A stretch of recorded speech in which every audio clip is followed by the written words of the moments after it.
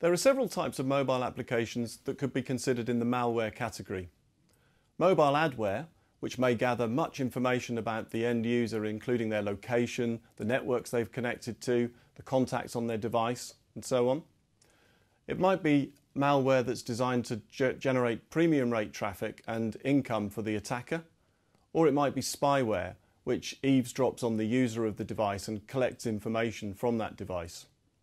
James Gurrier, Cybersecurity Manager for BAE Systems, will now demonstrate how Threat Manager can block the delivery of spyware and interrupt its operation.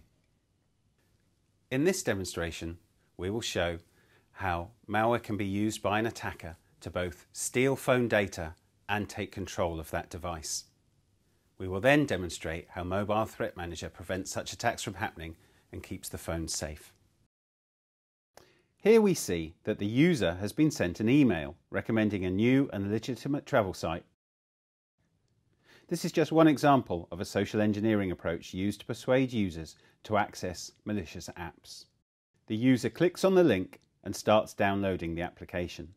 In this example, we are using an Android device, and before installation is completed, the user must first select which options he wants to allow the application to perform. The application is now installed, and the user can start to use it. The user can only see the application and interface and can access these functions normally to arrange his travel. However, in the background, malware has been installed. The attacker can now go to a command and control website and enter the phone details.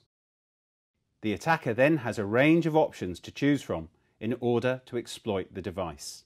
In this example, the attacker can select localization, which will use Google Maps to pinpoint the location of the phone. He can then select phone details, which displays things like manufacturer, version, and phone ID.